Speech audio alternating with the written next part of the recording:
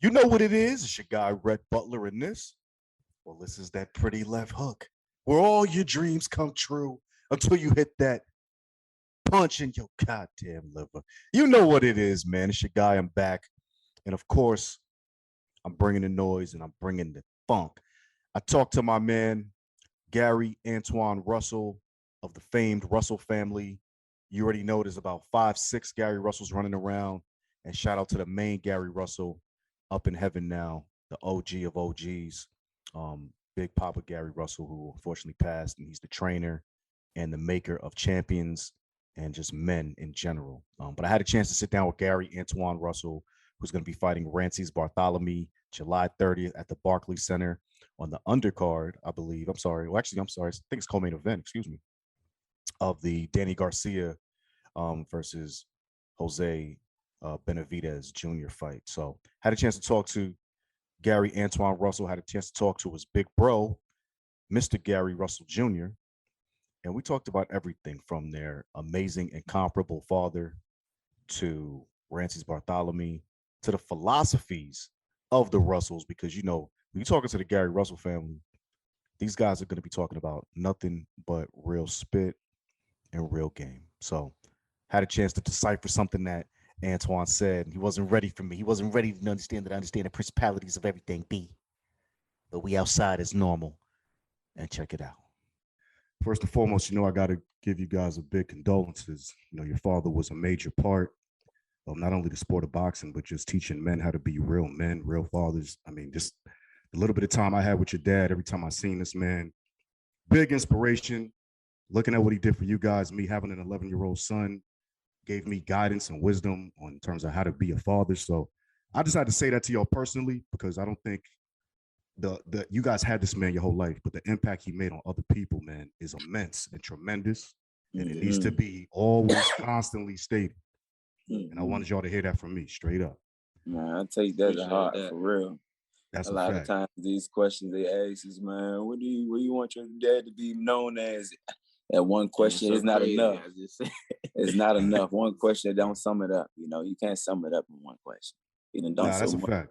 He didn't show men how to be men and families how to be families. Yes. The real way.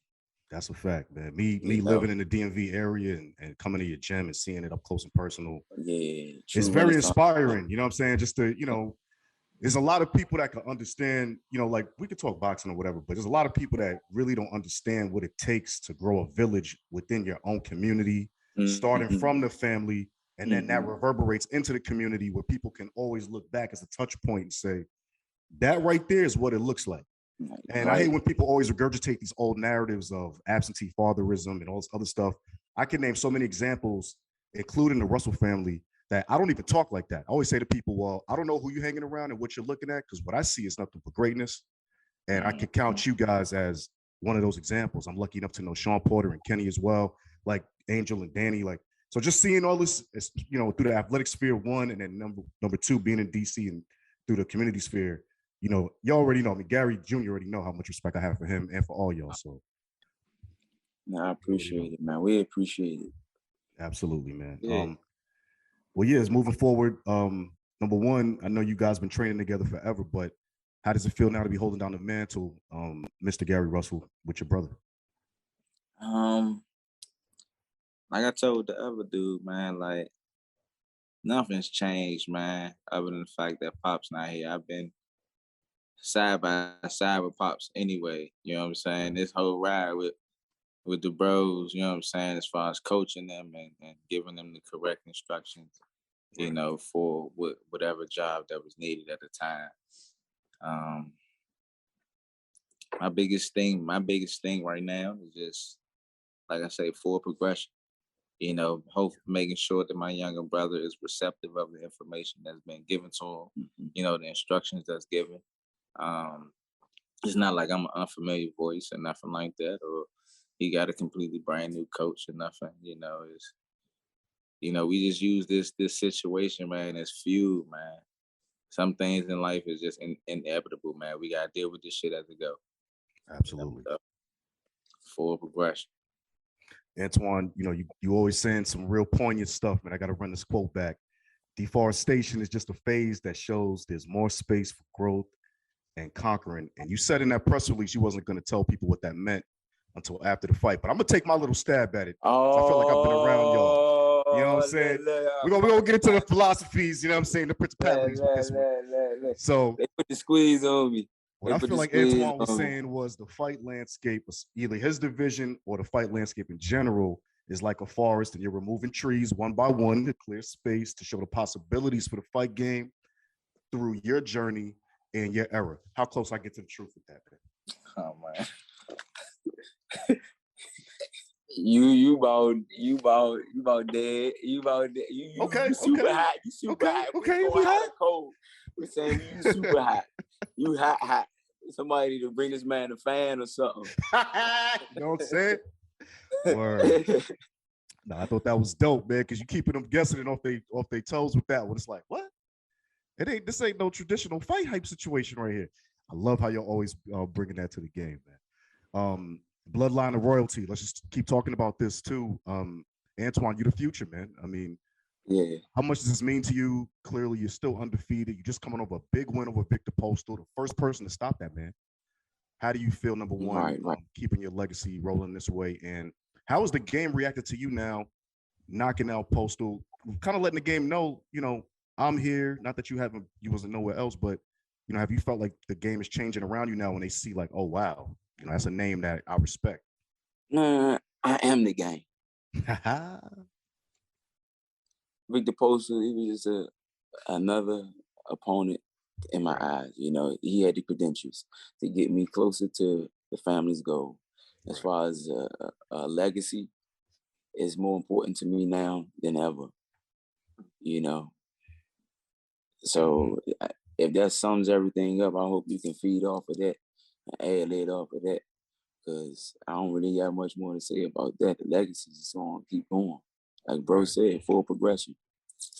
Absolutely. What does it feel like right now during this time? Your era is what it is. Devin Haney, you, Shakur Stevenson, Tank, obviously. How does it feel right now to be part of this new class that's taking over the game and becoming those new guys in boxing? These individuals you just named, they are no new faces. And we all come up, done the amateurs together, the Olympic trials together, the Olympics together, and so forth and so forth.